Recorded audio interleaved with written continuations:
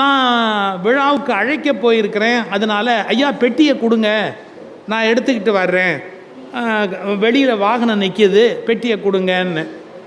பெட்டியை கொடுங்கன்னு நான் சொன்னபோது அவர் ஒரு பதில் சொன்னார், எனக்கு ஒன்றும் அவ்வளோ வயசாகலை.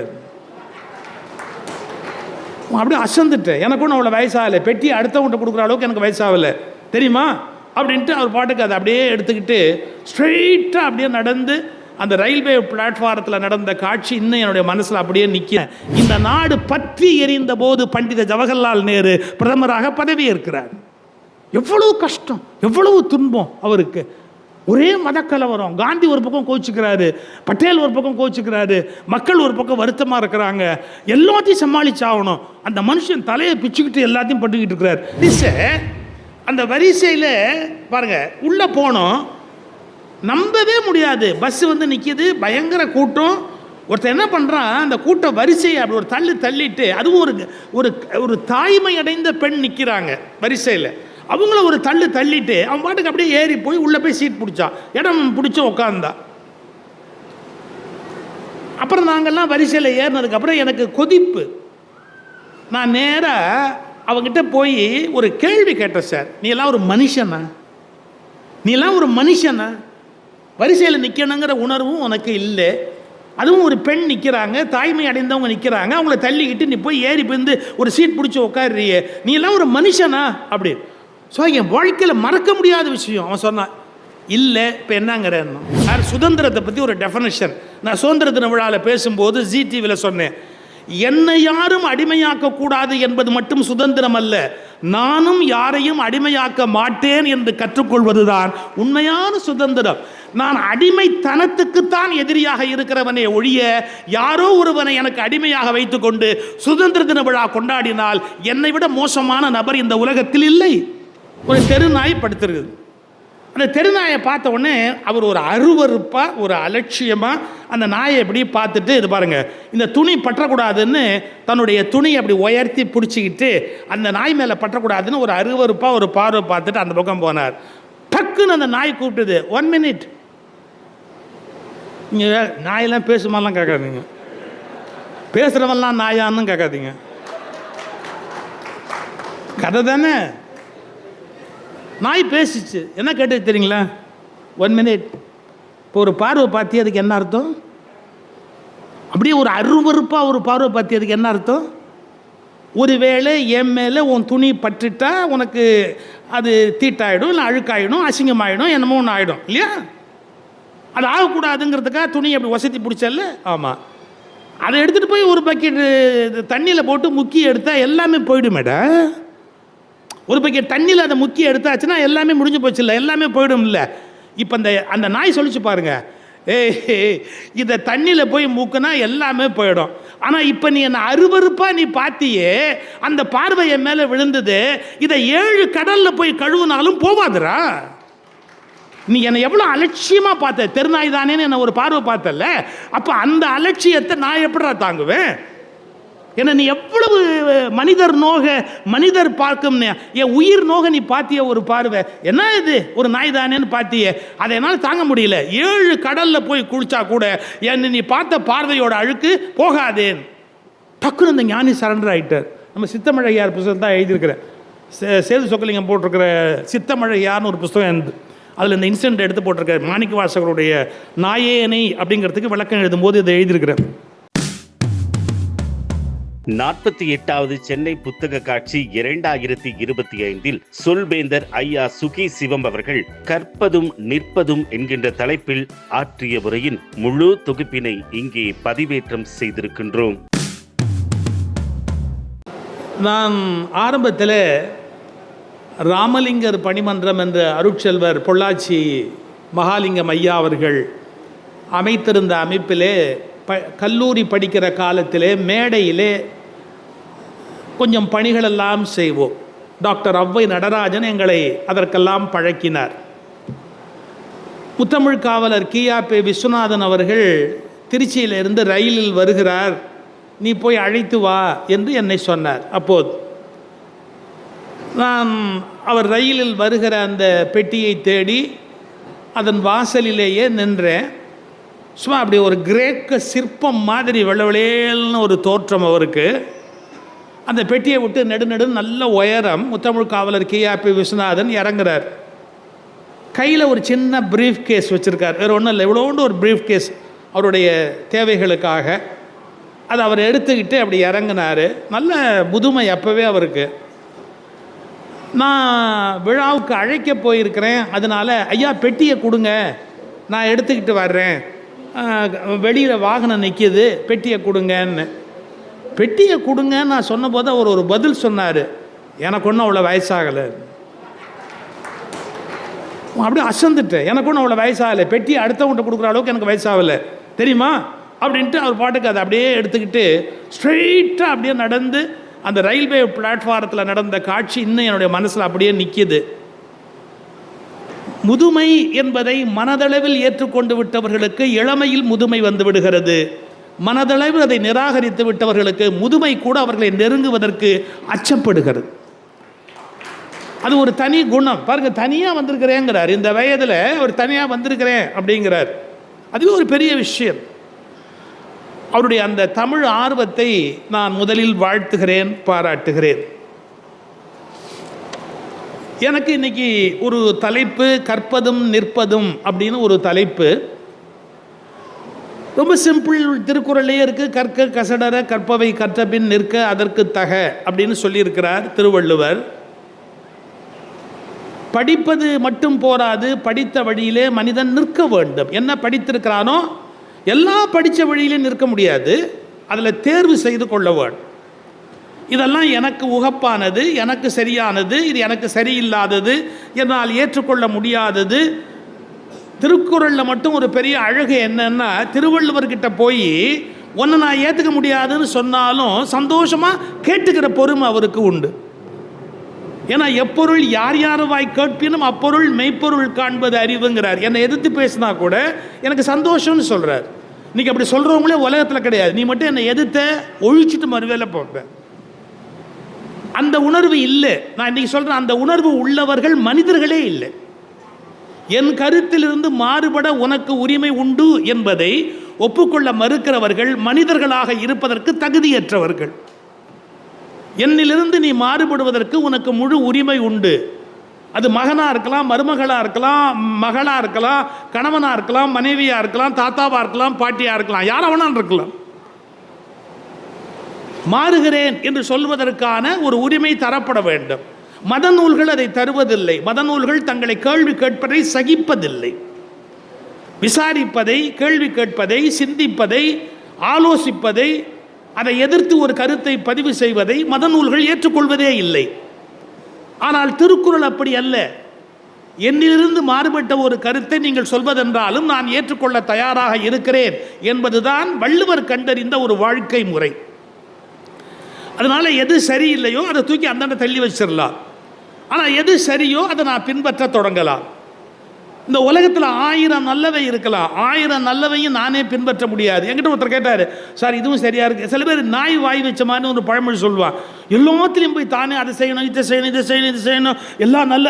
ஒரே வார்த்தை சொன்ன, தம்பி எல்லா நல்லதையும் நீ செய்ய முடியாது, ஆனால் நீ செய்கிற எல்லாமே நல்லதாக செய்ய முடியும். இந்த வித்தியாசத்தை வாழ்க்கையில் புரிஞ்சுக்கணும்.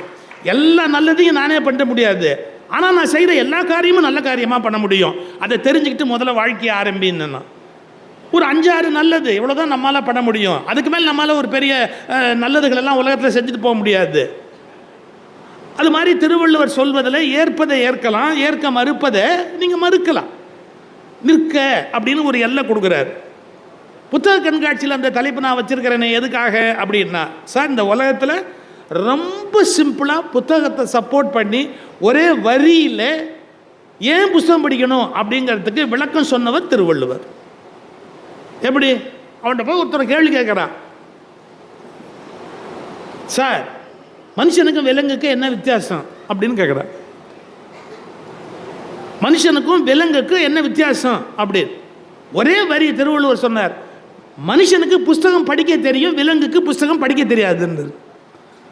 புஸ்தகம் படிக்க தெரிஞ்சால் அது மனுஷன், ஆனால் புத்தகம் படிக்க தெரியாட்டி அது விலங்கு. விலங்கோடு மக்கள் அணையர், இளங்கு நூல் கற்றாரோடு ஏனையவர். விலங்கோடு மக்கள் அணையர், விலங்கு மாதிரி. யார் புத்தகம்லாம் எடுத்து படிக்காதவன். இதை விட சிம்பிளாக எப்படி சொல்ல முடியும்? ஆனால் சில பேர் வெக்கம் இல்லாமல் தன்னை விலங்குன்னு ஒத்துக்குவான். இப்போல்லாம் நாங்கள் வசதியாக இருக்கிறோம், பிளேனில் வரோம். அப்போல்லாம் சொற்பொழிவாளரை பிளேன்லேயே ஏற்ற மாட்டான். அது ஏதோ தீட்டுங்கிற மாதிரி ஒதுக்கி வச்சுருப்பேன். காரே கொடுக்க மாட்டாங்க, பஸ்ஸில் தான் போயாகணும். அந்த ஒரு 30-35 வருஷத்துக்கு முன்னாடி படாத பாடுபட்டு நான் பஸ்ஸில் போகும்போது சார், ஒரு க்யூ, ஒரு வரிசை, அந்த வரிசையில் பாருங்கள் உள்ளே போனோம், நம்பவே முடியாது. பஸ்ஸு வந்து நிற்கிது, பயங்கர கூட்டம். ஒருத்தர் என்ன பண்ணுறான், அந்த கூட்ட வரிசையை அப்படி ஒரு தள்ளிட்டு, அதுவும் ஒரு ஒரு தாய்மை அடைந்த பெண் நிற்கிறாங்க வரிசையில், அவங்கள ஒரு தள்ளிட்டு அவன் பாட்டுக்கு அப்படியே ஏறி போய் உள்ளே போய் சீட் பிடிச்சான், இடம் பிடிச்சி உட்காந்தா. அப்புறம் நாங்கள்லாம் வரிசையில் ஏறினதுக்கப்புறம் எனக்கு கொதிப்பு. நான் நேராக அவங்ககிட்ட போய் ஒரு கேள்வி கேட்டேன், சார் நீ எல்லாம் ஒரு மனுஷனா? நீ எல்லாம் ஒரு மனுஷனா? வரிசையில் நிற்கணுங்கிற உணர்வும் உனக்கு இல்லை. அதுவும் ஒரு பெண் நிற்கிறாங்க, தாய்மை அடைந்தவங்க நிற்கிறாங்க, அவங்கள தள்ளிக்கிட்டு நீ போய் ஏறி போயிருந்து ஒரு சீட் பிடிச்சி உட்காடுறியே, நீ எல்லாம் ஒரு மனுஷனா அப்படி. ஸோ என் வாழ்க்கையில் மறக்க முடியாத விஷயம். அவன் சொன்னான், இல்லை இப்போ என்னங்கிறேன்னு. இப்போ அவனை பொறுத்த வரைக்கும் சீட் கிடச்சாச்சும் உட்காந்தாச்சு, இது எதுக்கு இல்லை இப்போ என்னங்கிற அப்படின்னு. நான் யோசித்தேன், மனுஷன் இல்லாததுக்கிட்ட எனக்கு பேச தெரியாதுப்பா, நான் வேறு வழி இல்லை அப்படின்ட்டு வந்து இங்கே உட்காந்து என்னுடைய எனக்கு கிடைச்ச இருக்கையில் வந்து நான் உட்காந்தேன். எனக்கு பக்கத்து இருக்கையில் இருந்தவன் ஒரு கேள்வி கேட்டான், நல்ல நோஸ்கட் வாங்கினீங்களான்னா. அது பாருங்க, நான் போய் ஒரு கேள்வி கேட்டு அவமானப்பட்டு வந்ததில் அவனுக்கு அவ்வளோ சந்தோஷம். இந்த சமூகத்திலும் நல்லது சொல்லிக்கொண்டு இன்னும் நாங்கள் உயிரோடு இருக்கிறோமே, அதுவே எத்தனை பெரிய விஷயம் என்பதை நீங்கள் யோசித்து பார்க்க வேண்டும். நான் வேடிக்கைக்கு சொல்லலை, இந்த உலகத்திலே கஷ்டமான விஷயம் என்னன்னு கேட்டால், ஒரு மனிதனுக்கு நிஜமான நன்மையை செய்ய முடியாது. நிஜமான நன்மை நீங்கள் செய்யணும்னு நினச்சா, உண்மையான நன்மையை செய்யணும்னு நினச்சா உங்களை அவர்கள் அனுமதிக்க மாட்டார்கள். நன்மை செய்வது போல் நடித்தால் வரவேற்பார்கள், கூடுமான வரை அவர்களை அழிப்பதற்கு வழி செய்தால் உங்களை அதிகம் நேசிப்பார்கள். இந்த முரண் ஏன் எப்படி என்னன்னு தெரியல. யாராவது நல்லது செய்யணும்னு நினைச்சாலே அவர்கள் அதை நல்லதை செய்து முடிப்பது என்பது கஷ்டம்.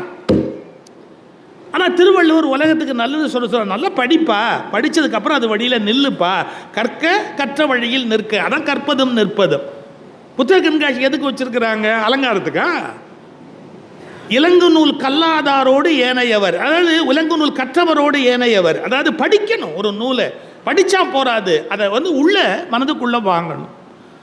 எங்களுடைய அடிகளார் அவர்கள் ரொம்ப அழகாக சொல்வார், பழைய அடிகளார் அவர்கள் என்னென்னா, சாப்பிட்றது பெருசு இல்லைப்பா, சாப்பிட்றதுல ஒரு பெரிய சாதனை இல்லை, சாப்பிட்றது செரிக்கணும் இல்லை. சில பேருக்கு செரிக்கவே செரிக்காது, சில பேருக்கு ஒரு ஆச்சரியமான கிரைண்டர் சார் அது. என்னென்னா எது போட்டாலும் வித்தின் 10 minutes அரைச்சி தள்ளிட்டு அடுத்தது அப்படின்னு கேட்கும். அது ஏதோ கோயம்புத்தூர் கிரைண்டர் இல்லை, அது ஏதோ ஒரு இன்டர்நேஷ்னல் கிரைண்டர் யாரோ ஒருத்தர் பண்ணி அதை உள் செட் பண்ணியிருக்கிறா, அது தனி. சில பேருக்கு அது ஒரு பெரிய யோகம். ஆனால் நீ சாப்பிட்றது முக்கியமே இல்லை, அந்த சாப்பிட்ட உணவு உள்ளே போய் அது உன் உடம்புல எலும்பா நரம்பா ரத்தமா அது தனித்தனியாக பிரிஞ்சுக்குது, என்னென்னவா போய் சேரணுமோ அத்தனையுமா மாறணும். இது வந்து ஒரு ஒண்டர்ஃபுல் மெஷின். அதை ஒரு புத்தகத்தில் படிச்சிருந்த, ரஷ்யாவில் ஒருத்தர் ஆராய்ச்சி பண்ணியிருக்கான். 45 கிலோமீட்டர் ஏரியாவில் ஒரு இண்டஸ்ட்ரி நிறுவி அதாவது இப்படி பிரிக்கணும்னா கூட இவ்வளவு கிளியராக பிரிக்க முடியாதுன்றான்.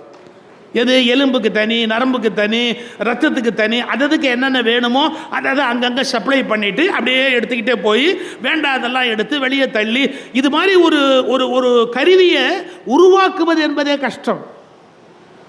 அதனால் சாப்பிடுவது ஒரு பெரிய சாதனை இல்லை, ஆனால் சாப்பிட்டது ஜீரணமாகணும். அது மாதிரி சில பேர் 100 புஸ்தகம் படிச்சுட்டோம், பட்டு முட்டாளாக இருப்பான், மட்டையனா இருப்பான், ஒன்றுமே விளங்காம அவனோட பேசவும் முடியாது, அவனோட எதையும் ஒன்று புரிய வைக்கவும் முடியாது, தாறுமாற பேசுவோம். அவனுக்கு திருவள்ளுவர் ஒரு வார்த்தை சொன்னார், எப்பா இவன் படித்தும் பிரயோஜனம் இல்லை. அவனுக்கு சொன்னது கூட பெருசு இல்லைங்க, எங்களை மாதிரி மேடையில் பேசுகிறவன் பாருங்க, எங்களை செருப்பால் அடிக்கிற மாதிரி ஒன்று சொன்னார். ஒரு வார்த்தை, டேய் ரொம்ப படித்த பெருசாக பேசினேன், ஒன்றையுமே வாழ்க்கையில் நீ நடைமுறைப்படுத்தலை அப்படின்னு சொன்னால் உன்னை மாதிரி ஒரு படு முட்டாள் இந்த உலகத்தில் இருக்க முடியாது. ஓதி உணர்ந்து பிறர்க்கு உரைத்தும் தான் அடங்கா பேதையில் பேதையார் இல் முட்டாளில் பெரிய முட்டாள் இந்த உலகத்தில் இல்லை. பாருங்க, சில பேர் நிறைய படிச்சிருப்பான், ஆனால் எதுபடியும் நடக்க மாட்டான். வாழ்க்கையில் எதையுமே பின்பற்ற மாட்டான், எதையுமே யோசிக்கவும் மாட்டான். எனக்கு இதுதான் புரியல. ஏன் நம்முடைய மக்கள் புதிதாக தெரிந்து கொண்ட ஒன்றை நடைமுறைப்படுத்துவதற்கு ஏன் அச்சப்படுகிறார்கள்? பயப்படுறாங்க. ஓஷோ ஒரு வார்த்தை சொல்றார், life is full of fear. பிறந்த அன்னையிலேருந்து மனிதன் பிறந்த அன்னையிலேருந்து இல்லை, வயிற்றில் இருக்கும்போதே ஃபியர். குழந்தைக்கு மனிதர்கள் அளவுக்கு மீறி அச்சப்படுகிறார்கள். அதன் காரணமாக ஏதாவது ஒரு மாற்றம் இதான் உண்மை அப்படின்னு சொன்னால் ஏற்றுக்கொள்வதற்கே தயாராக இல்லை. இருக்கலாம் சார், அதெல்லாம் இருக்கலாம் சார், ஆனால் நாம் ஒன்றும் பண்ண முடியாது சார், அது அப்படியே ஏதோ இவ்வளோ வருஷம் இருந்தோம், அப்படியே நாம் அப்படியே போய் சேர்ந்துடலாம். ஏன் மாற்றினா என்ன? கொஞ்சம் மாறி சிந்திச்சா என்ன? இது தவறுங்கிறத புரிந்து கொண்டு வாழ்க்கையை மாற்றிக்கொண்டா என்ன? குறைஞ்சா போகுது சார். இந்த 2022 ஜூலை 19 ஒரு ஹைகோர்ட் ஜட்ஜ்மெண்ட் இருக்குது. 2022 ஜூலை 19 ஒரு ஹைகோர்ட் ஜட்ஜ்மெண்ட்டு. சேலத்தில் ஒரு கோயில் இருக்குது, அதுக்கு பேரே பாருங்க, தலைவெட்டி முனியப்பன் கோயில்னு பேர். தலைவெட்டி முனியப்பன் கோயில் அப்படின்னு அந்த கோயிலுக்கு பேர் இருக்குது. ஒரு 10-12 வருஷமாக கேஸ் நடந்து ஹெச்ஆர்என்சி டிபார்ட்மெண்ட்டுக்கும் அந்த வேற ஒரு குழுவுக்கும் பெரிய கேஸ் நடந்து கடைசியாக ஹைகோர்ட்டில் ஜட்ஜ்மெண்ட்டு 2 ஜட்ஜஸ் பெஞ்சு உட்காந்து அவங்க நேராக இன்ஸ்பெக்ஷனுக்கே போய் அந்த கோயிலே எல்லாத்தையும் பார்த்துட்டு ஜட்ஜ்மெண்ட் போட்டாங்க. என்ன தெரியுங்களா? அது தலைவெட்டியும் இல்லை, அது முனியப்பனும் இல்லை, புத்தர். இந்த உலகத்தில் தலைக்குள்ளே ஏதாவது வேணும்னு ஆசைப்பட்ட ஒத்த மனுஷன் புத்தர். அவரை தலைவெட்டி முனியப்பனா நம்மால் ஆக்கிட்டான். அப்புறம் அங்கே என்னென்ன வெட்ட முடியுமோ எல்லாம் வெட்டுறா. யார்? புத்தருக்கு. 2 ஹைகோர்ட் ஜட்ஜஸ் ஸ்ட்ரைட்டாக போய் ஸ்பாட்டில் இன்ஸ்பெக்ட் பண்ணிவிட்டு அப்புறமா ஆர்குமெண்ட்ஸையும் வச்சு அவங்க ஜட்ஜ்மெண்ட் போடுறாங்க. என்ன? இது புத்தர் சிலை, எனவே நீங்கள் மரியாதையாக பௌத்த நிறுவனத்து கையில் கொடுத்துடுங்க, இல்லை நீங்கள் இந்து மரபின்படி இந்த கோயிலை பூஜை பண்ணக்கூடாது அப்படின்னு ஜட்ஜ்மெண்ட் போட்டாச்சு. பேசாமல் கொடுத்துட வேண்டியது தானே? நம்மளால் அதுக்கும் தலைப்பா கட்டி அதுக்கு மேலே என்ன பண்ண முடியுமோ அத்தனையும் பண்ணி முடியாது. நீ என்ன பெரிய ஹைகோர்ட்டில் உட்காந்து சொன்னாப்புல கேட்கணுமா?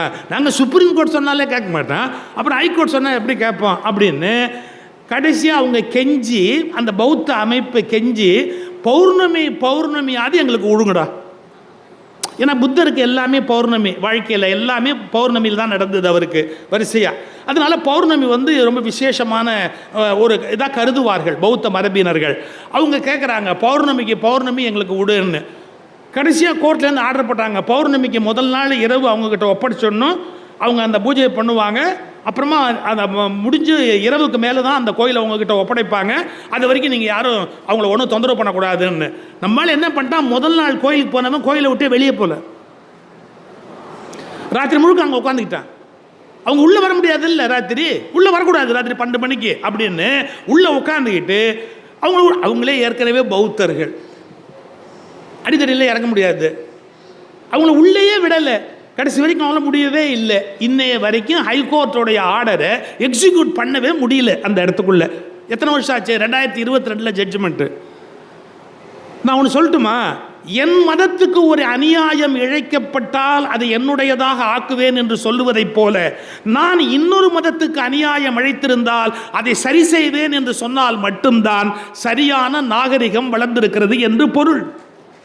எனக்குன்னா ஒரு நியாயம், அவனுக்குன்னா ஒரு நியாயம். என் மதத்துக்கு ஒன்றுனா நான் கத்துவேன். அதுவே நான் தப்பு பண்ணியிருந்தா அதை கண்டுக்காமல் அப்படியே போவேன்னா தப்பு இல்லையா? அதை யாரும் கேள்வி கேட்க மாட்டாங்களா? யோசிக்க மாட்டாங்களா?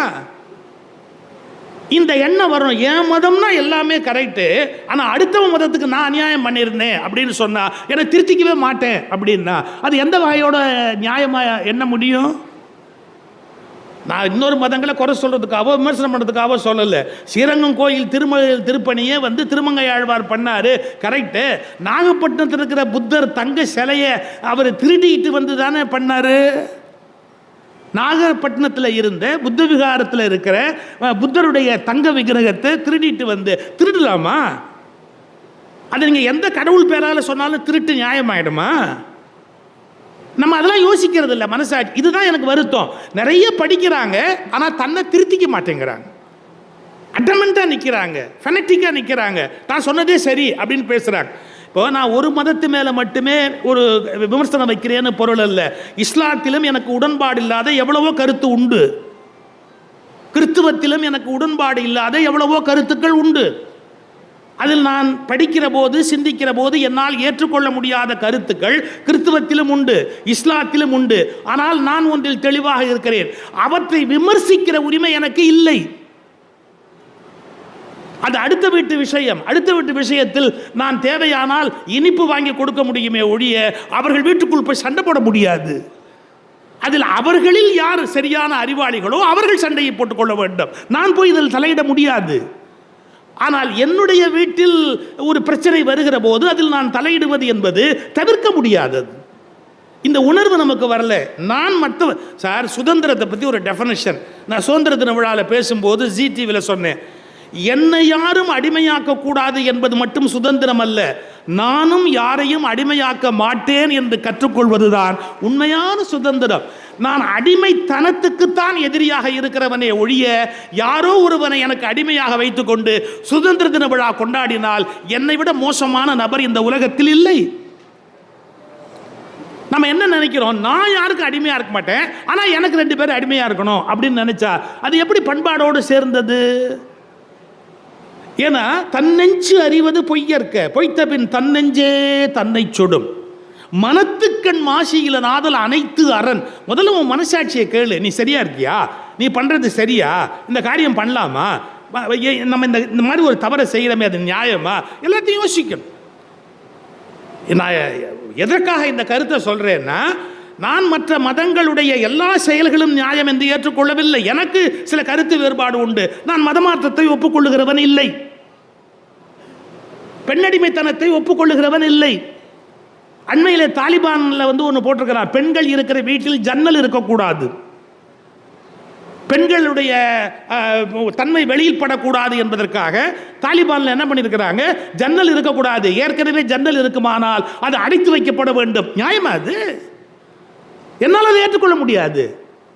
ஆனால் நான் என்ன சொல்ல வரேன் அப்படின்னு கேட்டால், இன்னொருவரை பற்றிய விமர்சனத்தில் எனக்கு ஒரு எல்லை இருக்கு. அந்த எல்லையோடு நான் திரும்பி வந்துடணும். அதுக்கு மேலே நான் எந்த எல்லைக்குள்ளேயும் போக முடியாது.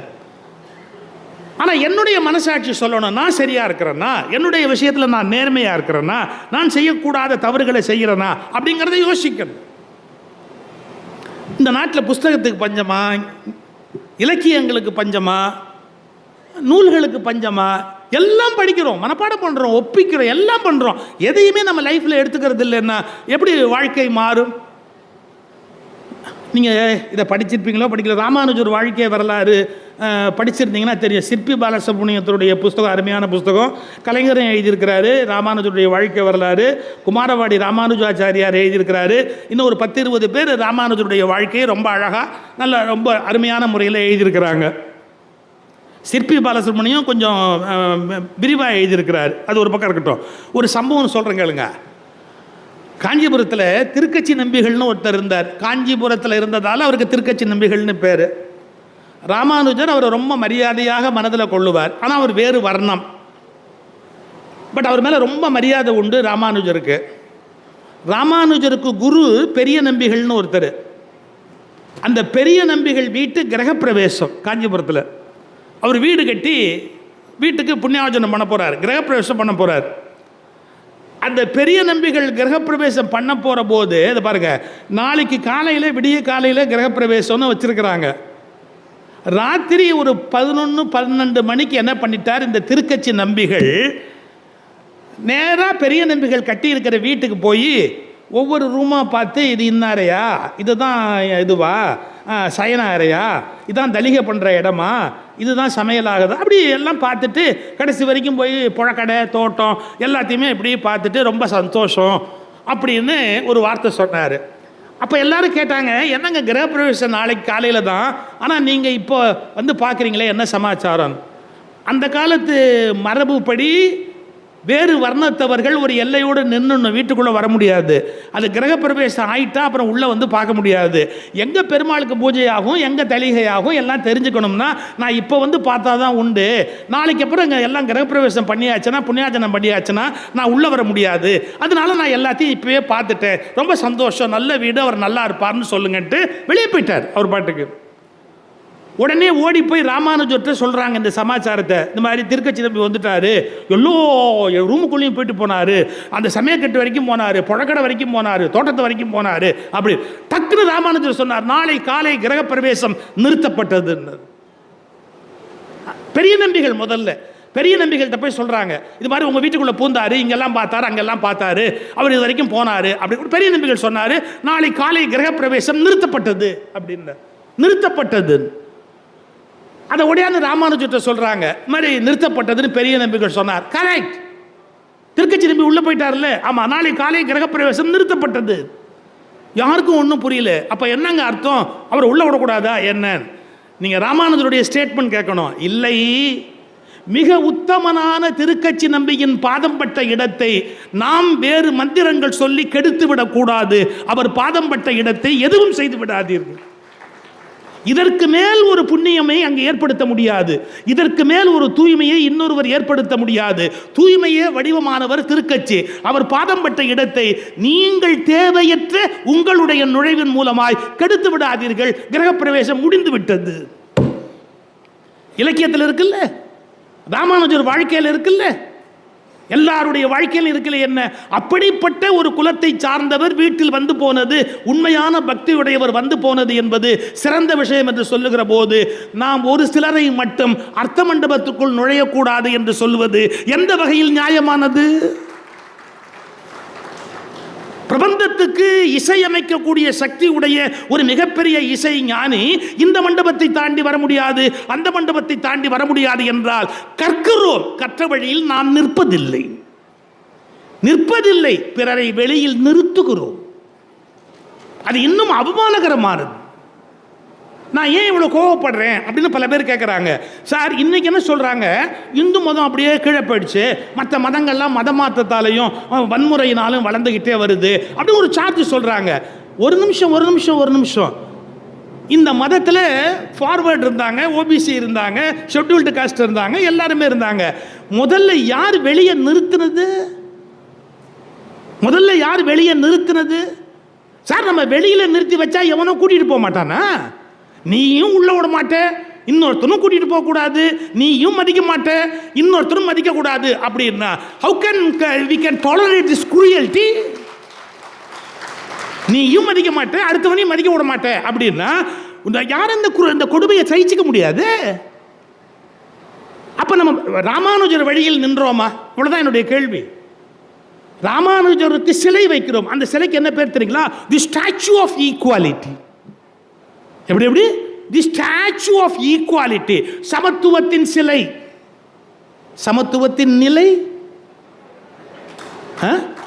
சமத்துவத்தின் சிலை சரி, சமத்துவத்தின் நிலை, சமத்துவத்தின் சிலை வைத்தால் போதாது, அதை தலை வைப்பதற்கு நம்முடைய சமய குருமார்கள் பழக வேண்டும். இன்னொரு மனிதனை, ஒரு வார்த்தை சார் பாரதி வரியில் எனக்கு ரொம்ப பிடிச்ச வரி, மனிதர் நோக மனிதர் பார்க்கும் வழக்கம் இனி உண்டோ. இப்படி பார்க்காதேங்கிறார், நோக்கிற மாதிரி பார்க்காதேங்கிறார். அவன் சில இடத்துலலாம் சார் கூச்சமே இல்லாமல் அவன் என்ன சாதி, அவங்க என்ன ஆளு, எத்தனை இடத்துல கேட்குறாங்க தெரியுங்களா? பெரிய பெரிய இடங்கள்ல கேட்குறாங்க, அவன் என்ன சாதி, அவன் என்ன ஆளு அப்படின்னு. எனக்கு ரொம்ப அதிசயமாக இருக்கு, இது என்ன பழக்கம் இது அப்படின்னு. பாரதி மனிதர் நோக மனிதர் பார்க்கும் வழக்கம் இனி உண்டோன்னு கேட்குறாரு. எவ்வளோ பெரிய விஷயம். அவனை ஏகத்தாளமாக பார்க்காத, தாழ்வாக பார்க்காத, குறைவாக பார்க்காத, என்ன அப்படின்னு கீழ் நோக்கி அவனை கீழன்னு பார்க்காத. மனிதர் அப்படி பார்த்தா தாங்க முடியாது. மனிதர் நோக மனிதர் பார்க்கும். ஒரு அருமையான சூஃபி கதை. ஒரு சூஃபி ஞானி நல்ல ட்ரெஸ் பண்ணுவார். சூஃபீஸில் வந்து சில பேர் ஒவ்வொரு மொத்தம் அவங்கவுங்க சௌகரியப்படி இருப்பாங்க. ஒருத்தர் ஜவ்வாதி வித்தவர் இருக்கிறாரு, இசை பாடினவர் இருக்காரு. சூஃபீஸ் வந்து நம்முடைய சித்தர்கள் மாதிரி வித்தியாசமானவங்க. ரொம்ப நல்ல உடை உடுத்துவார். உங்களுக்கு சரியாக புரிஞ்சுக்கணுன்னா, எப்படி இந்த ஓஷோ காஸ்ட்லியாக ஒரு ட்ரெஸ் போடுவாரோ அது மாதிரி, இல்லை ஓஷோக்கு அப்புறம் நம்ம நித்யானந்தா எப்படி ட்ரெஸ் பண்ணுவாரோ அது மாதிரி. அவர் கோல்டுலேயே பண்ணுவார், இவர் கொஞ்சம் வேறு மாதிரியான ட்ரெஸ் எல்லாம் பண்ணுவார். இந்த சூஃபி ஞானி நல்ல ட்ரெஸ் பண்ணிட்டு பாருங்களேன். அப்படி போகும்போது ஒரு நாய் படுத்துருக்குது, ஒரு தெரு நாய் படுத்துருக்குது. அந்த தெருநாயை பார்த்த உடனே அவர் ஒரு அருவருப்பாக ஒரு அலட்சியமாக அந்த நாயை எப்படி பார்த்துட்டு, இது பாருங்கள், இந்த துணி பற்றக்கூடாதுன்னு தன்னுடைய துணியை அப்படி உயர்த்தி பிடிச்சிக்கிட்டு அந்த நாய் மேலே பற்றக்கூடாதுன்னு ஒரு அருவருப்பாக ஒரு பார்வை பார்த்துட்டு அந்த பக்கம் போனார். டக்குன்னு அந்த நாய் கூப்பிட்டுது, 1 minute. நீங்கள் நாயெல்லாம் பேசுமாலாம் கேட்காதீங்க, பேசுகிறவெல்லாம் நாயான்னு கேட்காதீங்க, கதை தானே. நாய் பேசிச்சு. என்ன கேட்டு தெரியுங்களா? 1 minute. இப்போ ஒரு பார்வை பார்த்தி அதுக்கு என்ன அர்த்தம்? அப்படியே ஒரு அருவருப்பாக ஒரு பார்வை பார்த்தி அதுக்கு என்ன அர்த்தம்? ஒருவேளை என் மேலே உன் துணி பட்டுட்டா உனக்கு அது தீட்டாயிடும், இல்லை அழுக்காயிடும், அசிங்கமாயிடும், என்னமோ ஒன்று ஆகிடும் இல்லையா? அது ஆகக்கூடாதுங்கிறதுக்காக துணி அப்படி வசதி பிடிச்சல. ஆமாம், அதை எடுத்துகிட்டு போய் ஒரு பக்கெட்டு தண்ணியில் போட்டு முக்கி எடுத்தால் எல்லாமே போயிடுமேடா. ஒரு பக்கெட் தண்ணியில் அதை முக்கி எடுத்தாச்சுன்னா எல்லாமே முடிஞ்சு போச்சு இல்லை, எல்லாமே போயிடும் இல்லை. இப்போ அந்த நாய் சொல்லிச்சு பாருங்க, இதை தண்ணியில் போய் மூக்குனா எல்லாமே போயிடும். ஆனால் இப்போ நீ என்ன அருவருப்பாக நீ பார்த்தியே, அந்த பார்வையை மேலே விழுந்தது, இதை 7 கடலில் போய் கழுவுனாலும் போவாதுரா. நீ என்னை எவ்வளோ அலட்சியமாக பார்த்த, தெருநாய் தானேன்னு என்ன ஒரு பார்வை பார்த்தல, அப்போ அந்த அலட்சியத்தை நான் எப்படா தாங்குவேன்? ஏன்னா நீ எவ்வளவு மனிதர் நோக, மனிதர் பார்க்கும் என் உயிர் நோக நீ பார்த்திய ஒரு பார்வை, என்ன இது ஒரு நாய் தானேன்னு பார்த்தியே, அதை என்னால் தாங்க முடியல. 7 கடலில் போய் குளிச்சா கூட என்னை நீ பார்த்த பார்வையோட அழுக்கு போகாதேன். டக்குன்னு அந்த ஞானி சரண்டர் ஆகிட்டார். நம்ம சித்தமழையார் புத்தகம் தான் எழுதியிருக்கிறேன். சேது சொக்கலிங்கம் போட்டிருக்கிற சித்தமழையார்னு ஒரு புத்தகம் இருந்து அதில் இந்த இன்சிடென்ட் எடுத்து போட்டிருக்காரு. மாணிக்க வாசகருடைய நாயேனை அப்படிங்கிறதுக்கு விளக்கம் எழுதும்போது இதை எழுதியிருக்கிறேன். ஒரு நிமிஷம் பாருங்க, அந்த நாய் இப்படி சொன்ன உடனே இந்த ஞானி ஒரு நிமிஷம் அப்படியே சரண்டர் ஆகி, நான் தப்பு பண்ணிட்டேன், நான் தப்பு, உன்னை நான் அப்படி பார்த்துருக்கக்கூடாது அப்படின்னு சொல்லிட்டு அடுத்த வார்த்தை சொல்லிச்சு. அப்போது நீ எனக்கு அறிவுரை சொன்னேன்னா நான் இன்னும் கொஞ்சம் திருந்திடுவேன், நீ என்னோட குருவாகிறேன், எனக்கு குருவாக இருந்து வழிகாட்டேன். அது சொல்லிச்சு பாருங்க ஒரு வார்த்தை, உன்ன மாதிரி மட்டமான ஆளுக்கெல்லாம் நான் குருவாக இருக்கிற ஐடியா இல்லைன்னு. மட்டமா? நான் இறைவனை தொடரவேன், முறைப்படி தொடரவேன், 6 வேளையும் தொடரவேன், எல்லாமே சரியாக செய்கிறவன். என்ன நீ கடவுள் நம்பிக்கையே இல்லாதவன். அந்த நாய் சொல்லுது, நீ எத்திஸ்ட், கடவுள் நம்பிக்கையே இல்லாதவன், நான் எப்படி உனக்கு குருவாக இருக்க முடியும்? அவருக்கு அவமானம் தாக்க முடியல. நான் முறையாக போய் தொழுகையெல்லாம் பண்ணுற ஆள், என்னை போய் நீ கடவுள் நம்பிக்கை இல்லாதவன்னு சொல்கிறிய. சொன்ன உடனே அந்த நாய் கேட்டுச்சு, இப்போ யாராவது சாப்பாடு போட்டாங்கன்னா நான் சாப்பிடுவேன், அடுத்த வேளை சாப்பாட்டுக்கு வேணும்னு எடுத்து உள்ளே வச்சுக்குவேன். ஏன்? எனக்கு தெளிவாக தெரியும், அடுத்த வேளை எனக்கு உணவு வேணும்னா கண்டிப்பாக கடவுள் கொடுப்பாருன்னு நான் தெளிவாக இருக்கேன். அவர் கொடுக்கலன்னா அதில் ஏதோ நியாயம் இருக்குது அப்படின்னு நான் தெளிவாக இருக்கேன். நீங்கள் அப்படி இல்லைடா, மூட்டையில் வச்சுருப்பீங்க, கிடங்கில் வச்சுருப்பீங்க, அங்கே வச்சுருப்பீங்க, இங்கே வச்சுருப்பீங்க, எங்கெங்கேயோ எதையோ வச்சுருப்பீங்க, என்னென்ன அநியாயம் பண்ண முடியுமோ அத்தனையும் பண்ணுவீங்க. உங்களை மாதிரி மோசமான ஒரு கடவுள் நம்பிக்கை இல்லாதவனுக்கு நான் எப்படிடா குருவாக இருப்பேன்? நான் என்ன தட்டி வச்சுருக்கிறேன்னா? எங்கேயாவது போய் வாங்கி எடுத்து வச்சுக்கிறதுக்கு எவன் போடுறானோ அங்கேயே தின்ட்டு அப்படியே போயிட்டுருக்கிறேன். அந்த பக்குவம் உனக்கு இல்லையே. அப்போ என்ன அர்த்தம்? அந்த பாரதியோட வரியை ஒரு வினாடி தியானம் பண்ணுங்க. ஓஷோ பாஷையில் சொல்கிறேன், அந்த வரியை தியானம் பண்ணுங்க. யார் ஒருவரையும் அவர்கள் மனம் நோகும்படியாக பேசக்கூடாது, பார்க்கக்கூடாது, நடத்தக்கூடாது. மனிதர் நோக மனிதர் பார்க்கும் வழக்கம் இனி உண்டோ? எக்காரணத்தை முன்னிட்டு நாம் ஒருவர் நோகும்படியான ஒரு காரியத்தை செய்யக்கூடாது. எல்லாம் இலக்கியம் இருக்குது, எத்தனையோ விஷயம் இருக்குது, ஆனால் அது நடைமுறைக்கு வரணுமே. அண்மையில் வாலியோட ஒரு இன்டர்வியூ வந்து யூடியூப்பில் பார்த்துட்டு இருந்தேன், நம்முடைய கவிஞர் வாலியோடது. அவரை வந்து உடுமலை நாராயண கவி ஒரு தடவை நிறுத்தி கேட்டாராம், என்ன பாட்டு எழுதுகிற? நான் ஆணையிட்டால் அது நடந்து விட்டாலும் நீ பாட்டுக்கு எழுதுறிய. ஆணையினாலே என்ன அர்த்தம்? ஒரு அரசர் ஆணை போட்டார்னாலே நடந்து தானடா ஆகணும். நான் ஆணையிட்டால் அது நடந்து விட்டால்னு போட்டிருக்கிறிய, சரியா எழுது, என்ன எழுதுற நீ அப்படின்னு. உடனே வாலி மெதுவாக கேட்டாராம், அதை விட்டுருங்க, அதை விட்டுருங்க, வேறு விஷயம் பேசுவோம். நீங்கள் எப்படி இருக்கீங்க, நல்லா இருக்கீங்களா, எல்லாம் பண்ணுறீங்களா? ஆமாம், உங்கள் பையன் என்ன பண்ணுறான்னு. ஐயே, அதை பற்றி கேட்காதேன்ட்டு. ஏன் உருப்படுறவனா அவன்? நான் சொல்கிறத என்றைக்கு கேட்டிருக்கிறான்?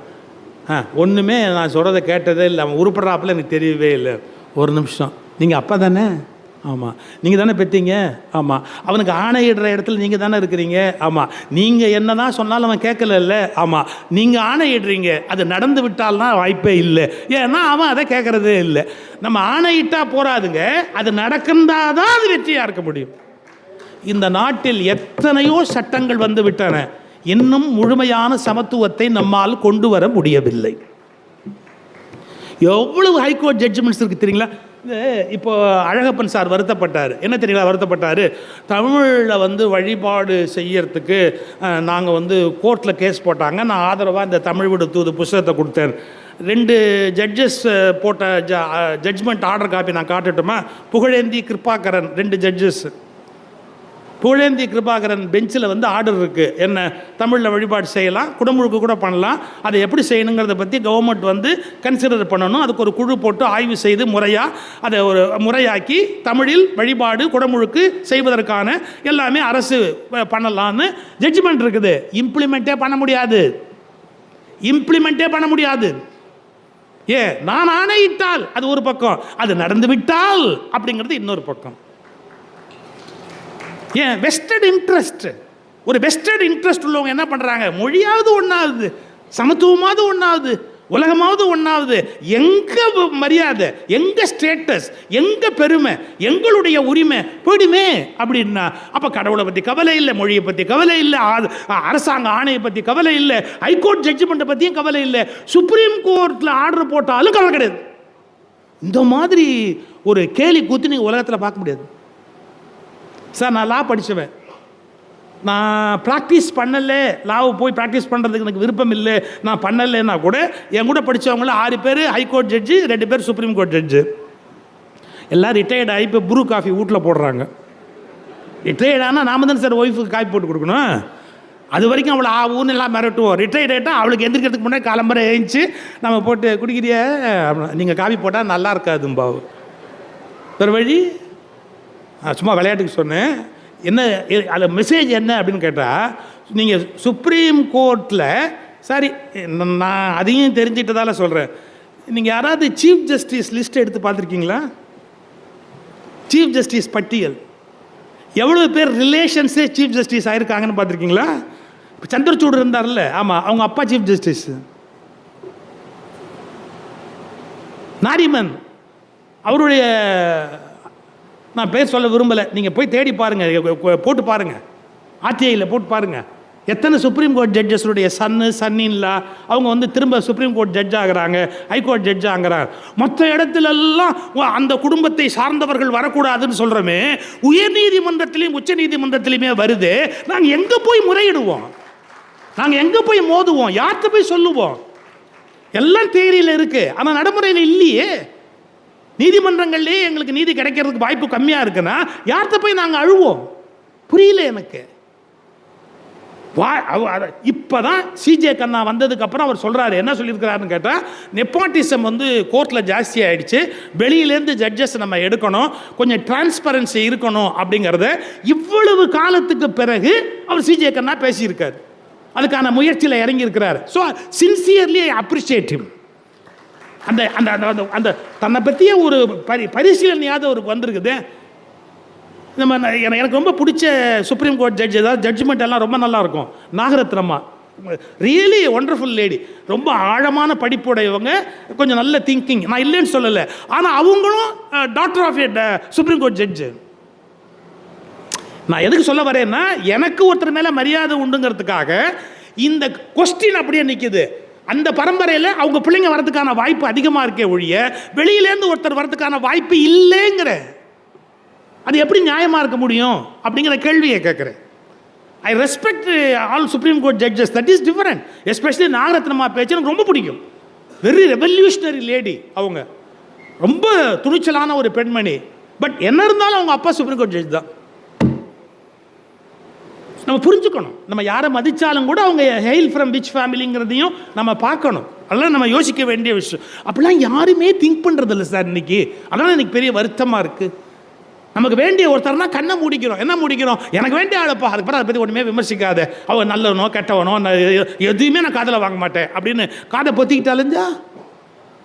எதுவாக இருந்தாலும் அதில் என்னங்கிறத நம்ம பார்க்குறதுக்கு பழகணும்.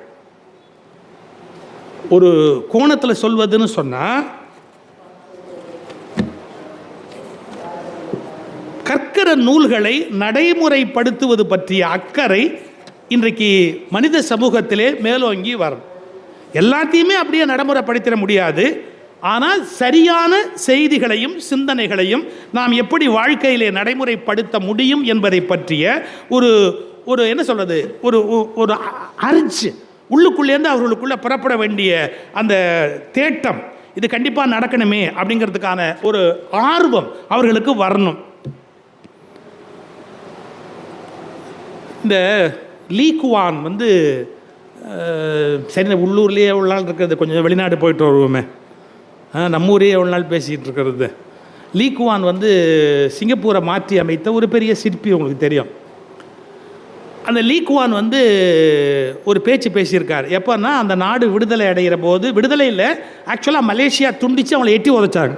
அந்த நாட்டுக்கு ஒன்றும் விடுதலை அடையில. மலேசியா இனிமேல் நான் அவனை வச்சுக்க மாட்டேன் அப்படின்னு சிங்கப்பூரை கட் பண்ணி வெளியே தள்ளுறாங்க, போ வெளியில் அப்படின்னு.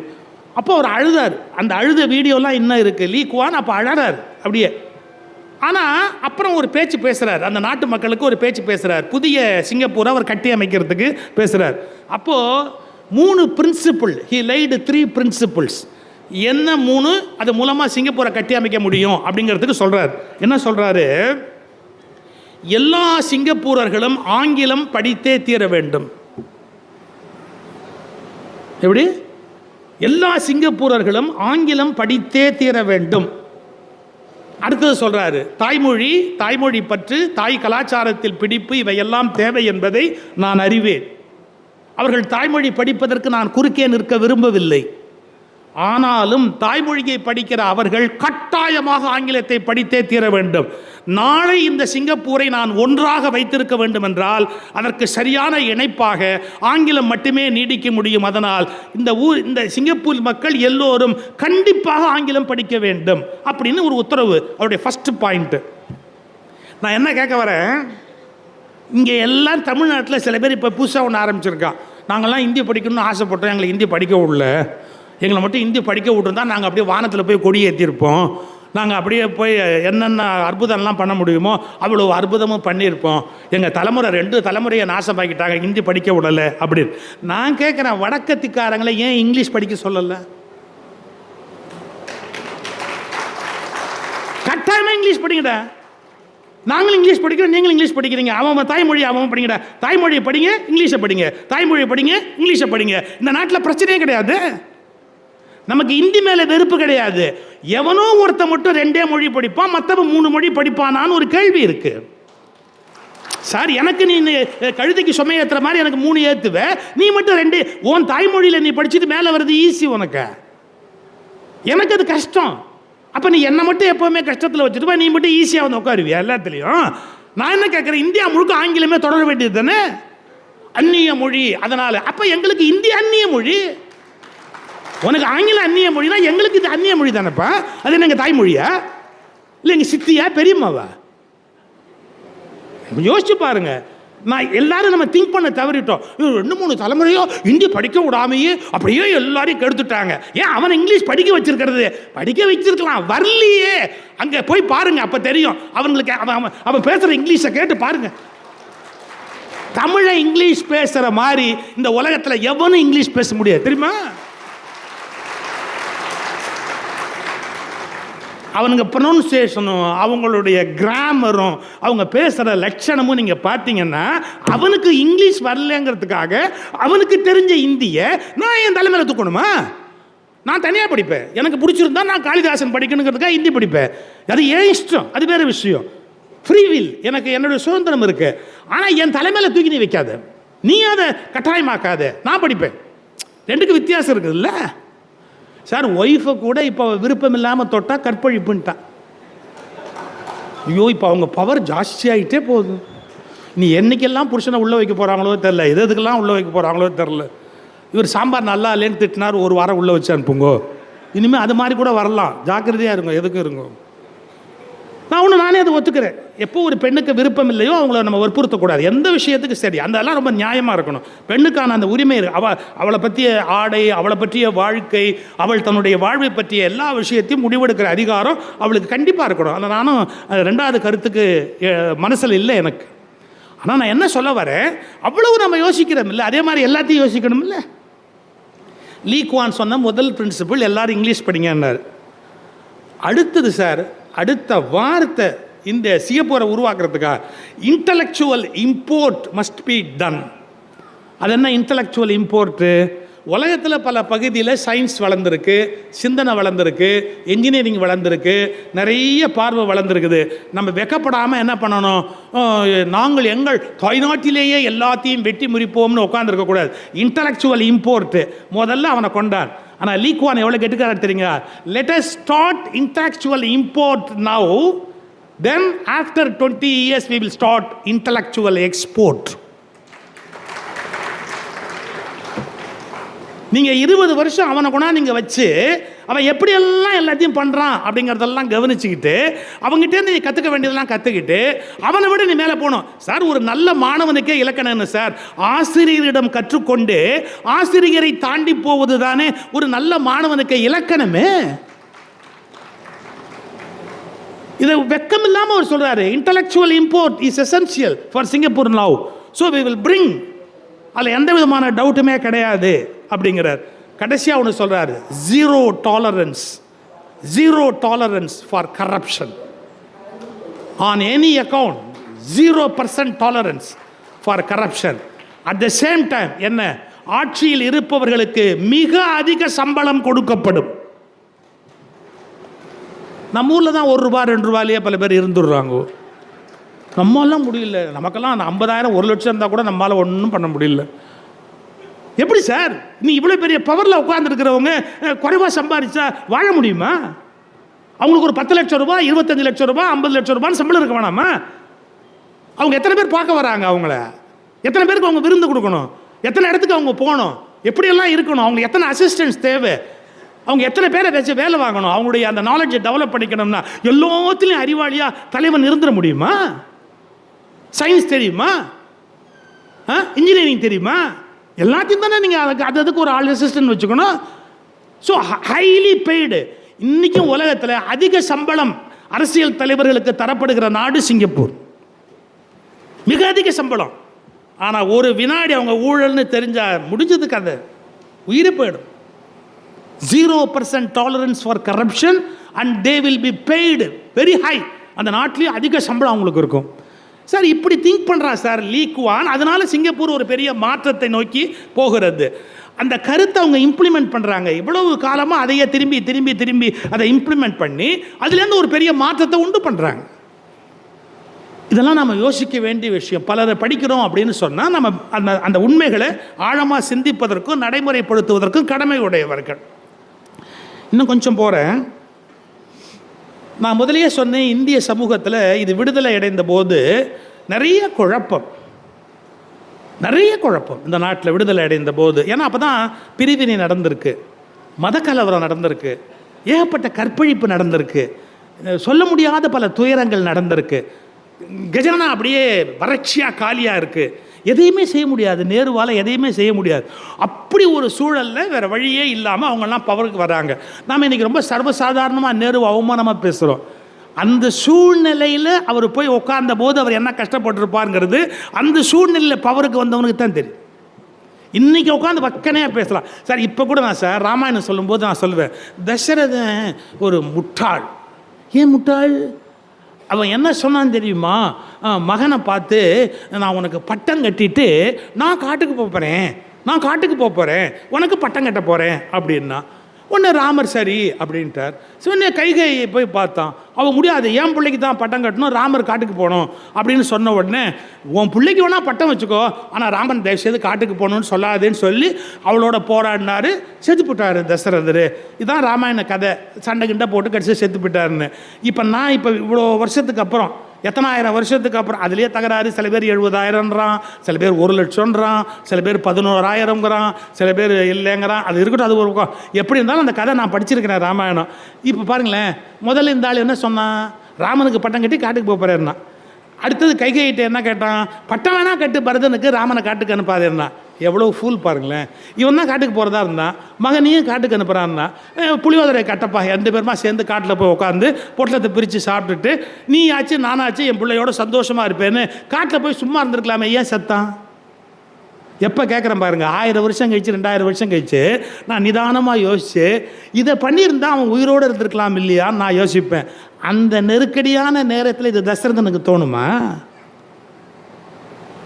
அந்த நெருக்கடியான சந்தர்ப்பத்தில் ஒரு செகண்டில் இது அவ்வளவுமே ஒரு மனுஷனுக்கு தோண முடியுமா?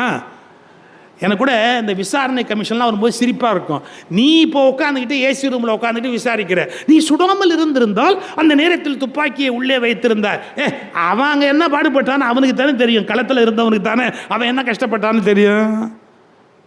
நம்ம எல்லாரும் என்ன பண்ணுறோம், பின்னாடி உட்காந்துக்கிட்டு எதை வேணாலும் வக்கனையாக பேசலாம். அந்த நெருப்புக்குள்ளே உட்காந்து ஓடினான் பாருங்க, அவனுடைய வேதனை. இந்த நாடு பற்றி எரிந்த போது பண்டித ஜவஹர்லால் நேரு பிரதமராக பதவி ஏற்கிறார். எவ்வளவு கஷ்டம், எவ்வளவு துன்பம் அவருக்கு. ஒரே மதக்கலவரம். காந்தி ஒரு பக்கம் கோச்சிக்கிறாரு, பட்டேல் ஒரு பக்கம் கோச்சிக்கிறாரு, மக்கள் ஒரு பக்கம் வருத்தமாக இருக்கிறாங்க. எல்லாத்தையும் சமாளிச்சாகணும். அந்த மனுஷன் தலையை பிச்சுக்கிட்டு எல்லாத்தையும் பட்டுக்கிட்டு இருக்கிறார். சரி, அதில் கூட இப்போ நம்ம கண்டுபிடிச்சிட்டோம். எப்படின்னு கேட்டால், நேருவை விட பட்டேல் பெரிய அறிவாளி, நேரு ரொம்ப கம்மி, ஐக்கியூ ரொம்ப கம்மி, பட்டேல் பெரிய அறிவாளி அப்படின்னு. இதுலேயே நீங்கள், நானும் பட்டேலுக்கு விரோதி இல்லை, பட்டேல் நல்ல இன்டலெக்சுவல், வெரி என்ன சொல்கிறது, ஃபோம் லீடர், அதெல்லாம் 2வது டவுட்டே கிடையாது. நானும் கொச்சையாக விமர்சிக்கிறதுக்கு விரும்பலை. ஆனால் பட்டேலை விட பெரிய அறிவாளி தமிழ்நாட்டில் இருந்தான். யாருக்கா தெரியுமா? பட்டேலை விட பெரிய அறிவாளி தமிழ்நாட்டில் இருந்தான். யாருக்கா தெரியுமா? யார் அது சார்? இப்போ விகடன் பிரசுரம் போட்டிருக்காங்க ஓமந்தூராரை பற்றி, புத்தகத்தை வாங்கி படிங்க. எனக்கு ஒன்றும் கமிஷன் இல்லை இல்லை. ஓமந்தூராரெலாம் எவ்வளவு பெரிய தலைவர் சார். அவர் என்ன சொல்கிறாரு, ஹைதராபாத் பக்கத்தில் தானே இருக்கு, அப்போல்லாம் தான் உங்களுக்கு பெரிய ஏரியா இல்லை. ஓமந்தூரார் சொல்கிறாரு, நேருவுக்கு சொல்கிறாரு, ஹைதராபாத்தில் தப்பு நடக்குதுங்கன்னார். நேரு சொன்னார், என்ன நடக்குதுன்னாரு. பாகிஸ்தான்லேருந்து பிளேன் வருதுங்கன்னார். 5-6 பிளேன் ஆயுதங்களை கொண்டாந்துருக்குதுங்க அப்படின்னார். நேரு சொன்னார், இவருக்கு என்ன பண்ண சொல்கிறீங்கன்னார். இல்லைங்க, நாம் நீங்கள் துப்பாக்கி எனக்கு உடனே அனுப்புங்க, இராணுவத்தை உடனே எனக்கு அனுப்புங்க. ஹைதராபாத்துக்குள்ளே ஏதோ தேச விரோதமான காரியம் ஆரம்பமாகுது, நம்ம இப்போவே ஒடுக்கலைன்னா சரியாக வராது. ஓமந்தூர் ராமசாமி ரெட்டியார் நேருவுக்கு ரிப்போர்ட் கொடுக்குறாரு. அப்புறம் ஹோம் மினிஸ்டர்னு பட்டேலுக்கு ரிப்போர்ட் கொடுக்குறாரு. நான் சொன்னால் நேரு கேட்க மாட்டேங்கிறாரு, நீங்களா அதுக்கு கவனிங்க. பட்டேல் சொல்கிறாரு, நம்ம என்ன பண்ண முடியும், இப்போ அதுக்காக நம்ம என்ன பண்ண முடியும், இருங்க பார்ப்போம் அப்படி. அந்த நேரத்தில் ஓமந்தூரார் பார்த்தார், சரி இவங்க 2 பேர்ட்டையும் சொல்லி பிரயோஜனம் இல்லை அப்படின்ட்டு, யூ ஓன்ட் பிலீவ் சார், கோயம்புத்தூரில் லக்ஷ்மி மிஷின் ஒர்க்ஸ் மாதிரி இருக்கிறவங்கள கூப்பிட்டு நாம் எப்படி துப்பாக்கி தயாரிக்கலாம் முடியுங்க, ஆரம்பிங்க. என்ன வேணும் அதுக்கு, கவர்மெண்ட்லேருந்து சப்போர்ட் பண்ணுறோம், துப்பாக்கி தயாரி எல்லாம் பண்ணுங்கள், ரெடி பண்ணுங்கள். ஹைதராபாத் பிரச்சனை முத்தி நிஜாம வீழ்த்தணும்னு முடிவு பண்ணுற போது அதுக்கு பிளான் வேணும். 5 முனையிலேருந்து தாக்கணும் அப்படிங்கிற பிளானு ஓமந்தூர் ராமசாமி ரெட்டியார்ட்ட ரெடியாக இருக்குது. 5 முனையிலேருந்து தாக்கணும் அப்படிங்கிற பிளான் அவர்கிட்ட ரெடியாக இருக்குது. இங்கேருந்து படை எப்படி போகணும் அப்படிங்கிற கணக்கு இருக்குது. அப்போ படையெல்லாம் கரெக்டு, அவங்கள போய் தாக்குறதுக்கு ஆயுதங்கள் நம்மக்கிட்ட இல்லையே அப்படின்ன போது சொன்னார், என்கிட்ட இருக்குது. ஓமந்தூர் ராமசாமி ரெட்டியார் சொன்னார், என்கிட்ட இருக்குது அப்படின்னார். யாரை கேட்டு நீ துப்பாக்கி பண்ண சார்? நேரு கோவத்தில் கேட்கிறார், யாரை கேட்டு நீ துப்பாக்கி பண்ண? இவர் பதில், யாரை கேட்கணும், யாரை கேட்கணும்? உன்னை கேட்டு நீ ஹெல்ப் பண்ணியா? இல்லை, குறை சொல்லிட்டு உட்காந்துருந்த. நானா பார்த்தேன், இந்த ஏரியா என் கண்ட்ரோலில் இருக்கு, நான் துப்பாக்கியை தயாரித்து வச்சிருக்கிறேன், ஒன்றும் கவலைப்படாத, ரெடியாக போய் பிடிக்கலாம். பட்டேல் அந்த இணைப்பு விழாவில் பேசுகிற போது சொன்னார், என்ன, இது என்னுடைய வெற்றி என்பதை விட ஓமந்தூர் ராமசாமி ரெட்டியாருடைய வெற்றின்றார் பட்டேல். விகடன் பிரசுரத்தில் ஓமந்தூராரை பற்றி புத்தகம் இருக்குது, எடுத்து படிங்க.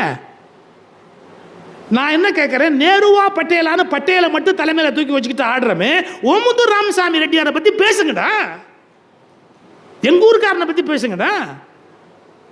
இந்த நாட்டை ஆண்டவன்ல ஓமந்தூர் ராமசாமி ரெட்டியார் 5ஆம் கிளாஸ் கூட படிக்காதவர், அவ்வளோ பெரிய அறிவாளி இருந்திருக்கிறாரு. பட்டேல் ஜெயிச்சாரு கரெக்டு, எங்கால் துப்பாக்கி கொடுத்தாரு. அது பட்டேல் ஜெயிக்கணும் கூட துப்பாக்கி வேணும் இல்லை, அதை எவ்வளோ தைரியம் இருந்திருக்கணும் ஓமந்தூர் ராமசாமி ரெட்டியா இருக்க. இதெல்லாம் நம்ம புரிஞ்சுக்கணும். புத்தகங்களை படிக்கிற போது அதில் இருக்கிற அந்த உண்மைகளை நம்ம உள்வாங்கணும். சார், படிக்கும்போதே ஏற்கத்தக்கது எது, விளக்கத்தக்கது எது அப்படிங்கிற ஒரு தீர்மானத்தோடு படிக்கணும். நமக்கு அந்த என்ன சொல்கிறது, வடிகட்டி ரொம்ப பர்ஃபெக்டாக இருக்கணும். டீ வடிகட்டி குடித்தா போகாது, பாலாடையில் பால் வடிகட்டினா போகாது. படிக்கிறதுல வேண்டாததெல்லாம் வடிகட்டுறதுக்கு தெரியணும். இது வேஸ்ட், இது வேணாம், இது நல்லதில்லை உடம்புக்கு, இது சரி பரவாயில்ல. ஒரே ஒரு கேள்வி கேட்குறேன். அம்பேத்கர் மனு தர்ம சாஸ்திரத்தை எரிச்சார்னு நம்ம படிக்கிறோமே, ஏன் எரிச்சார் அவர்? அது எல்லாமே 100% பர்ஃபெக்டாக இருந்தால் அதை எரிக்கணும்னு நினச்சிருப்பார் அவர். அது 100% பர்ஃபெக்டாக இல்லை. இன்னைக்கு என்ன கொடுமை தெரியுமா எங்களால்? மனு தர்ம சாஸ்திரத்தில் எப்படி சொல்லிடுறோம், அது ஒரிஜினல் மனு தர்ம சாஸ்திரம் இல்லை. சரி, அப்புறம் வேறு இடத்துலேருந்து எடுத்து அது டிரான்ஸ்லேஷன் தப்பாக இருக்குது, அதுக்கு மீனிங்கே வேறு. நீங்கள் டிரான்ஸ்லேஷன் தப்பாக சொல்கிறீங்க. ஒரு புக்காவது ஒழுங்காக ஒரிஜினலாக ஒரு புக்கு கொடு, இதான் மனு தர்ம சாஸ்திரம்னு கொடு, படித்து பார்த்துட்டு அப்புறமா சொல்கிறோம். அது சரியாக இருந்திருந்தால் அம்பேத்கர் எரிச்சிருப்பார். அது ஏன் எரிக்கணும் அவருக்கு தோணுச்சு? அவர் வேணான்னு நினைக்கிறார். அவர் பேர் சொன்னாலே இப்போ பல பேருக்கு எரியுது. சார், இது ஜனநாயக நாடு. எங்கிட்ட கூட சில பேர் சேர்த்துறாங்க. ஒரு காலத்தில் ஒழுங்காக ராமாயணம் பாரதம்னு பேசிட்டு தேங்காய் மூடி வாங்கிக்கிட்டு சௌக்கியமாக மாலைகள்லாம் போட்டுட்டு பட்டு புடவை பட்டு வேஷ்டியெல்லாம் கொடுப்பாங்க, எல்லாத்தையும் வாங்கிக்கிட்டு சௌக்கியமாக இருந்தியா? உனக்கு என்ன புத்தி கெட்டு போச்சா? எதுக்கு தேவையில்லாமல் இதெல்லாம் நீ பேசுகிற? உனக்கு இதெல்லாம் தேவையா? இல்லை இங்கே பொட்டி வாங்கிட்டியா, அங்கே பொட்டி வாங்கிட்டியா அப்படின்லாம் கேட்குறாங்க. பொட்டி வாங்குற அளவுக்கு நான் ஏழை இல்லை. அது மட்டும் இல்லை, நான் மானஸ்தன். எவங்கிட்டையும் ஒரு சல்லி காசு, என் காசு இருந்தால் விட மாட்டேன்.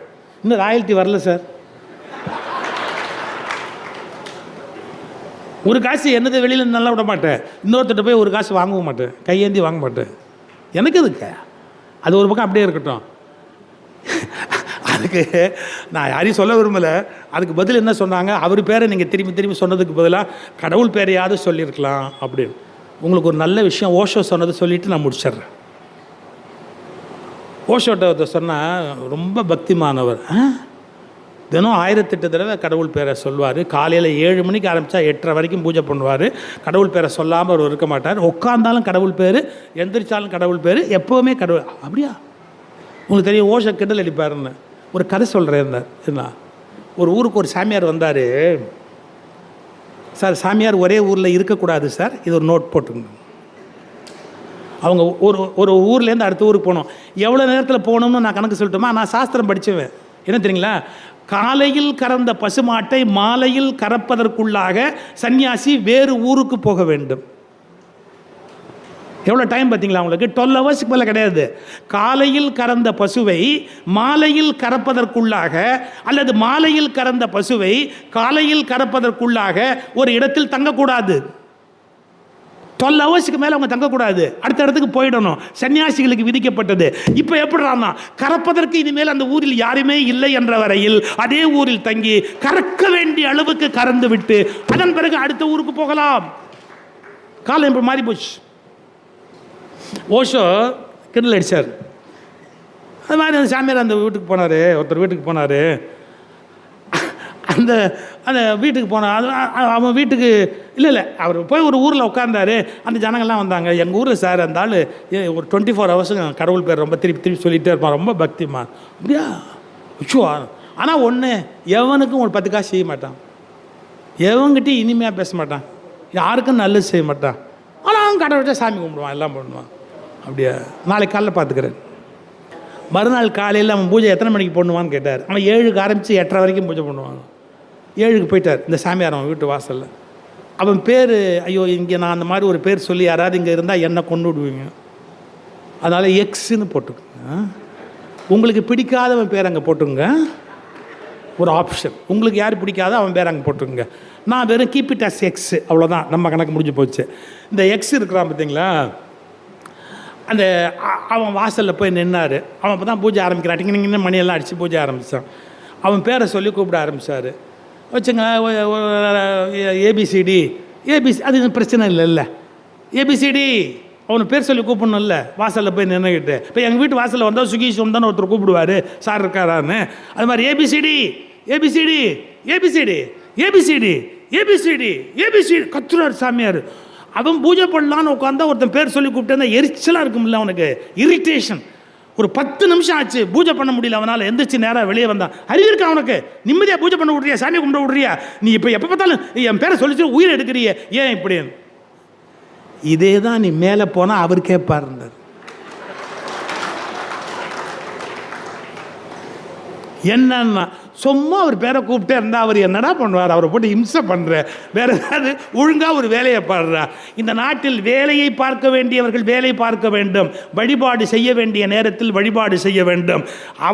அவரவருக்கு பிடித்த தலைவர் பெயரை சொல்லுகிற போது ஏன் கடவுள் பெயரை சொல்லியிருக்கக்கூடாது என்று கேட்பது ஒரு ஜனநாயக நாட்டில் சரியான அணுகுமுறையாக இருக்க முடியாது. தன் கொள்கையை இன்னொருவனுக்கு திணிப்பது என்பது தவறான ஜனநாயகம். சார் நான் சொன்ன பார்த்தீங்களா, எனக்கு ஒன்றும் அரசியல் ஆர்வம் இல்லை, ஆனால் என்ன சொல்லட்டுமா, ஜனநாயக நாட்டில் அரசியல் பற்றி சிந்திக்காமல் யாராலும் இருக்க முடிவதில்லை. நான் ஏன் இதை பற்றி பேச போகிறேன்? இல்லை, நிம்மதியாக இருந்தேன், சௌக்கியமாக இருந்தேன். ஆனால் வேறு வழி இல்லை, என்னால் நான் சொல்ல வேண்டியிருக்கு, அதனால இன்னும் சொன்னால் மணிக்கணக்காக சொல்லிட்டு போகலாம். நிறைய நம்முடைய இலக்கியங்களில் நேரிய சரியான பாதை வழங்கப்பட்டது. ஆனால் தேவையற்ற, அவற்றை பின்பற்றாத, நல்லவற்றை நடைமுறைப்படுத்தாத ஒரு குழப்பம், அது காரணமாக நாம் மிகப்பெரிய சிக்கலில் இருக்கிறோம். கற்கிறோம், கற்ற வழியில் நிற்கிறோமா என்று கேட்டால் தேர்தலில் நிற்கிறோம், தெருவில் நிற்கிறோம், சிலையாக கூட நிற்கிறோம். ஆனால் கற்ற வழி நிற்கிறோமா என்ற கேள்வியை கேட்டால் இல்லை என்ற பதில் வேதனையாக இருக்கிறது. கற்பது போராது, கற்ற வழியில் நிற்பது என்பது மிக முக்கியம் என்ற கருத்தை உங்கள் மனதில் இன்றைக்கு விதைத்து, வணக்கம்.